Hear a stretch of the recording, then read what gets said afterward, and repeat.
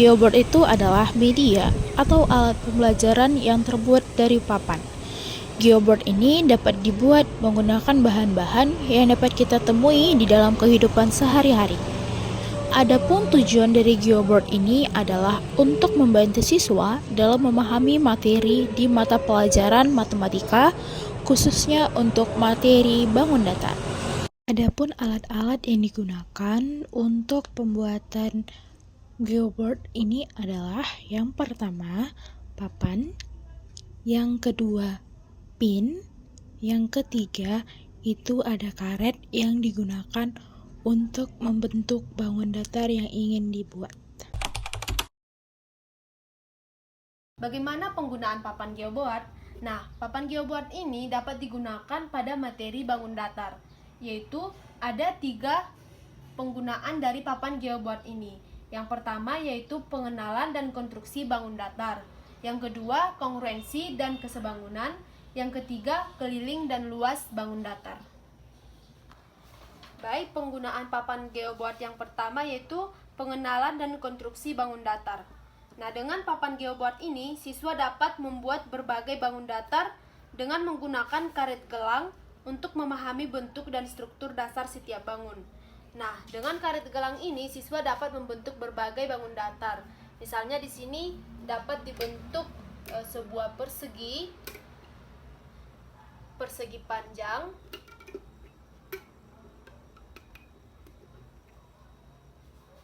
segitiga,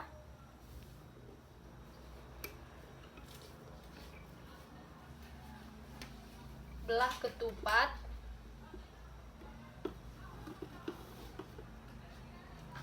bisa juga trapesium, jajar genjang,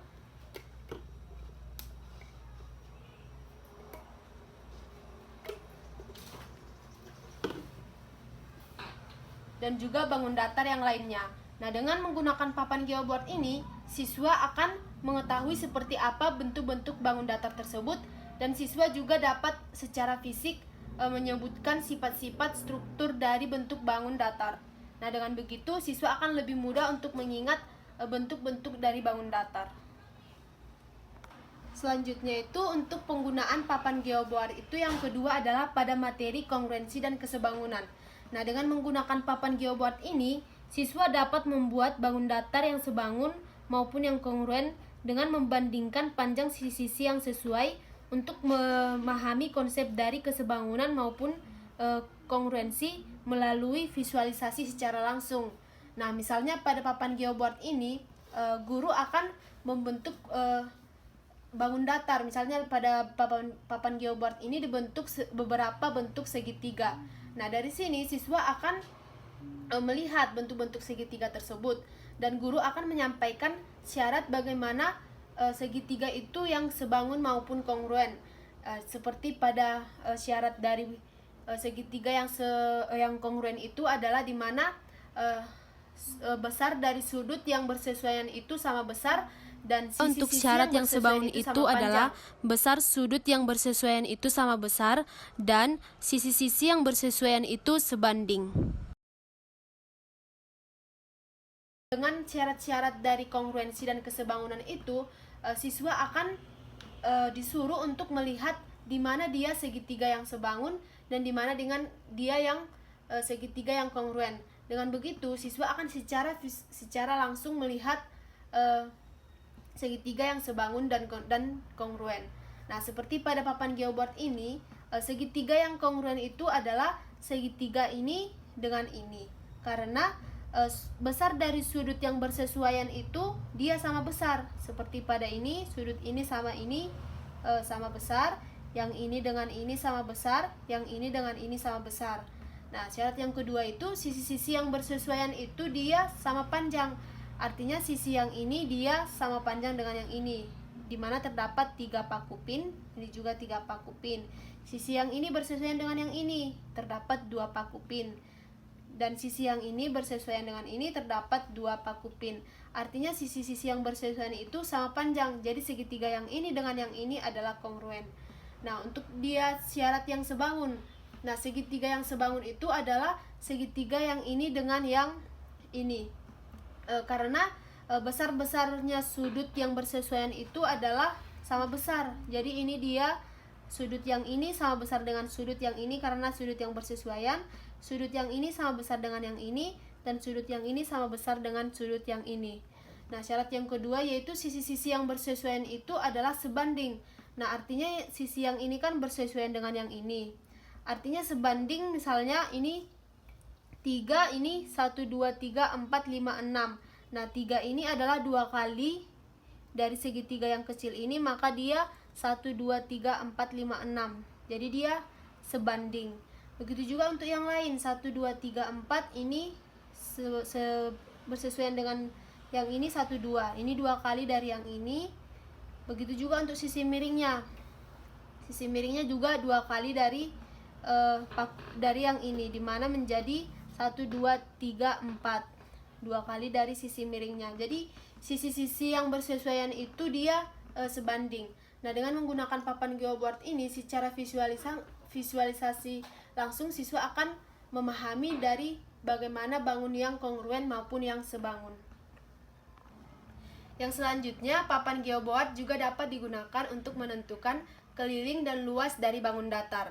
Nah, yang pertama kita akan menentukan keliling dari bangun datar, yang dimana bangun datar yang pertama adalah persegi panjang.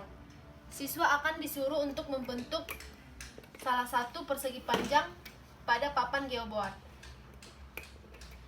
Selanjutnya, siswa akan disuruh untuk menghitung jumlah dari paku pin yang berada atau terkena melewati karet gelang yang telah kita regangkan dan melekat pada paku pin. Nah, di sini cara menghitung kelilingnya itu adalah kita mulai dari sudut yang ini 1, 2, 3, 4, 5, 6. Kita ulang dari sini juga setelah 6, 7, 8, 9, 10, 11, 12, 13, 14, 15, 16. Salah. Baik, cara menghitung kelilingnya itu adalah 1, 2, 3, 4, 5, 6, 7, 8, 9, 10, 11, 12, 13, 14, 15, 16, 17, 18, 19, 20. Nah, tadi kan jumlah dari paku pin yang melewati karet itu adalah 20. Nah, jika kita terapkan pada konsep dari rumus keliling persegi panjang, yaitu 2 dikali panjang ditambah lebar, dimana 2 dikali panjangnya itu 1, 2, 3, 4, 5, 6, dan lebarnya itu 1, 2, 3, 4. Artinya 2 dikali 6 ditambah 4 sama dengan 2 dikali 10 adalah 20 satuan. Nah, dengan menggunakan papan geoboard dan konsep dari keliling persegi panjang, maka hasilnya akan sama 20 satuan. Nah, konsep dari menentukan persegi juga sama dalam untuk menentukan keliling dan keliling dari persegi panjang. Selanjutnya kita akan menentukan luas dari persegi panjang menggunakan papan geoboard. Nah, caranya itu kita menghitung jumlah dari paku pin yang berada di sekelilingan karet. Artinya berada di dalam sekelilingan karet yang terlewati paku pin tersebut. Nah, berada di dalam karet tersebut, yaitu kita akan menghitung paku pin tersebut 1, 2, 3, 4, 5, 6, 7, 8, 9, 10, 11, 12, 13, 14, 15, 16, 17, 18, 19, 20, 21, 22, 23, 24. Nah, jumlah dari luasnya menggunakan papan geoboard itu adalah 24 satuan. Nah, jika kita menggunakan konsep dari luas dari persegi panjang, yaitu panjang kali lebar. Nah, jumlah panjangnya tadi kan 1, 2, 3, 4, 5, 6. Lebarnya 1, 2, 3, 4. Nah, panjang dikali lebar sama dengan 6 dikali 4 adalah 24 satuan. Sehingga dengan menggunakan papan geoboard dan dengan konsep luas persegi panjang, hasilnya sama 24 satuan. Bangun datar yang kedua itu adalah jajar genjang. Nah, untuk menghitung keliling dan luas pada jajar genjang ini sama juga konsepnya pada persegi panjang. Nah, yang pertama untuk keliling, kita juga akan menghitung jumlah dari paku pin yang terlewati oleh gelang. Nah, sama juga seperti persegi panjang dalam menghitungnya. Baik, kita akan menghitung jumlah paku pin yang melekat atau yang terlewati oleh karet gelang tersebut, yaitu 1, 2, 3, 4, 5, 6, 7, 8, 9, 10, 11, 12, 13, 14, 15, 16. Jadi terdapat 16 paku pin. Nah, jika kita menggunakan konsep dari keliling jajar genjang, menggunakan konsepnya yaitu rumus dari keliling jajar genjang itu adalah 2 dikali panjang yang sejajar ditambah 2 dengan panjang yang sejajar yang lainnya, yaitu untuk yang panjang ini kan sejajar dengan yang ini. Jumlah paku pinnya itu kan 1, 2, 3, 4, 5. 2 dikali 5 itu adalah 10 ditambah dengan sisi yang lainnya yang sejajar ini, yaitu 1, 2, 3, 2 kali 3 adalah 6, maka 6 ditambah 10 adalah 16. Nah, maka hasilnya akan sama dengan konsep dari papan geoboard dan konsep dari keliling jajar genjang, yaitu 16 satuan. Selanjutnya, untuk menentukan luas dari jajar genjang menggunakan papan geoboard. Nah, di sini sama juga konsepnya dalam menghitung luas dari persegi panjang, di mana kita akan menghitung jumlah dari paku pin yang berada di dalam karet gelang tersebut. Nah, kita akan menghitungnya yaitu 1, 2, 3, 4, 5, 6, 7, 8, 9, 10, 11, 12, 13, 14, 15. Jadi terdapat 15 paku pin. Nah, jika kita menggunakan dengan konsep dari luas jajar genjang, yang dimana luas dari jajar genjang itu kan alas kali tinggi. Nah, alasnya itu jumlah dari paku pin ini adalah 1, 2, 3, 4, 5. Tingginya 1, 2, 3. Jadi alas dikali tinggi yaitu 5 dikali 3 adalah 15. Nah, dengan konsep papan geoboard dengan konsep luas dari jajar genjang, hasilnya itu sama dengan 15 satuan. Baik, untuk bangun datar yang selanjutnya adalah bangun datar trapesium. Nah, untuk menentukan keliling dan luasnya sama juga dengan konsep-konsep yang sebelumnya. Nah, untuk menentukan keliling, kita akan menghitung jumlah dari paku pin yang terlewati oleh karet gelang, yaitu 1, 2, 3, 4, 5, 6, 7, 8, 9, 10, 11, 12, 13, 14, 15, 16, 17, 18. Jadi terdapat 18 paku pin. Nah, jika kita menggunakan konsep dari keliling trapesium, di mana keliling trapesium adalah jumlah dari keempat sisinya, yaitu sisi yang ini, dan yang ini. Nah, kita akan menjumlahkannya 1, 2, 3, 4. Yang ini 1, 2, 3, yang ini 1, 2, 3, 4, 5, 6, 7, 8. Yang ini 1, 2, 3. Jadi 4 ditambah 3 ditambah 8 ditambah 3 adalah hasilnya 18 satuan. Sehingga dengan menggunakan konsep papan geoboard dan konsep keliling dari trapesium, sama hasilnya yaitu 18 satuan. Selanjutnya kita akan lanjut untuk menentukan luas dari trapesium. Nah, sama juga yaitu untuk menentukan luas dari trapesium pada papan geoboard, kita akan menghitung jumlah dari paku pin yang berada di dalam karet gelang, yaitu 1, 2, 3, 4, 5, 6, 7, 8, 9, 10, 11, 12, 13, 14, 15, 16, 17, 18. Jadi terdapat 18 paku pin. Menggunakan konsep dari luas trapesium yang dimana rumus luas trapesium itu adalah setengah dari sisi yang sejajar dikali dengan tingginya.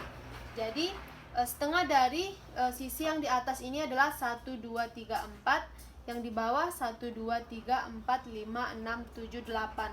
Jadi 4 ditambah 8, 12. Dibagi 2 adalah 6. Baru dikali dengan tingginya 1, 2, 3. Jadi 6 dikali 3 adalah 18 satuan. Jadi dengan menggunakan konsep papan geoboard dengan konsep dari luas trapesium, sama hasilnya yaitu 18 satuan. Baik, untuk bangun datar yang selanjutnya adalah segitiga siku-siku. Nah, dengan cara menentukan keliling dari segitiga siku-siku ini dalam papan geoboard itu sama konsepnya pada sebelum-sebelumnya, yaitu kita akan menghitung jumlah paku pin yang terlewati oleh karet gelang. Nah, sama-sama kita menghitung 1, 2, 3, 4, 5, 6, 7, 8, 9, 10, 11, 12. Terdapat 12 paku pin. Nah, kita terapkan dalam konsep dari keliling segitiga yang dimana keliling segitiga adalah jumlah dari ketiga sisinya, yaitu sisi yang satu dijumlah dengan sisi yang kedua dijumlahkan dengan sisi yang ketiga, yang dimana untuk sisi yang ini jumlahnya 1, 2, 3, 4, sisi yang ini 1, 2, 3, 4, dan sisi yang ini 1, 2, 3, 4. Jadi terdapat 4 setiap sisi. Jika kita jumlahkan itu adalah 4 kali 3 adalah 12 satuan. Nah, sama dia konsep dengan menggunakan papan geoboard dan konsep dari keliling segitiga, yaitu 12 satuan. Namun dalam menentukan luas dari segitiga siku-siku pada papan geoboard dan konsep dari luas segitiga itu beda. Jadi kelemahan dari papan geoboard ini untuk menentukan luas segitiga tidak dapat digunakan. Nah, begitu juga untuk bangun datar segitiga lainnya, yaitu segitiga sama kaki, segitiga yang lainnya atau sama sisi, atau segitiga sembarang. Untuk segitiga sama kaki atau sama sisi, konsep untuk menentukan keliling pada papan geoboard itu sama pada segitiga siku-siku, yaitu dengan menghitung paku pin yang terlewati oleh karet gelang. Namun untuk segitiga sembarang ataupun segitiga lainnya kecuali dari segitiga siku-siku, sama kaki, sama sisi masih bisa digunakan konsep dari papan geoboard, tapi untuk segitiga sembarang tidak dapat digunakan konsep dari papan geoboard. Nah, untuk bangun datar yang lainnya seperti layang-layang dan belah ketupat, untuk menghitung keliling dan luasnya juga dengan menggunakan konsep papan geoboard dan konsep dari keliling bangun datar itu, jika kita menggunakan konsep yang sebelumnya hasilnya tidak sama. Jadi papan geoboard ini tidak keseluruhan bangun datar dapat digunakan untuk menghitung keliling dan luas bangun datar. Jadi hanya beberapa bangun datar yang dapat digunakan menggunakan konsep papan geoboard ini. Namun dengan kelemahannya ini bukan berarti papan geoboard ini tidak dapat digunakan. Dengan bangun datar seperti belah ketupat, layang-layang maupun segitiga sembarang, dengan bangun datar yang lain yang tidak dapat digunakan konsep keliling dan luas bangun datar, dapat digunakan untuk menentukan pengenalan dari bangun datar tersebut maupun untuk menentukan sifat-sifat bangun datar tersebut seperti apa bentuk dari layang-layang, belah ketupat maupun segitiga sembarang lainnya. Yang menjadi kelebihan dan kekurangan dari media geoboard adalah yang pertama, membantu siswa memahami dan mengabstraksikan bentuk-bentuk bangun datar. Kedua, membantu siswa mengenal pecahan dan satuan persegi. Ketiga, pada penggunaan kesebangunan dapat digunakan. Keempat, membantu siswa mempelajari istilah-istilah geometri seperti sisi sama kaki, sisi tak sama panjang, dan sisi yang siku-siku. Yang terakhir adalah dapat digunakan untuk mengeksplorasi konsep dasar geometri bidang seperti keliling, luas, dan karakteristik segitiga serta poligon lainnya. Menjadi kekurangannya, yaitu penggunaan geoboard ini hanya bisa digunakan untuk mengukur luas dan keliling dari segi 4, sedangkan untuk segi lainnya seperti segitiga atau segi dengan n beraturan lainnya hanya dapat diukur dengan menggunakan grid pada media. Kedua, penggunaan media ini secara jarak jauh cukup kurang efektif.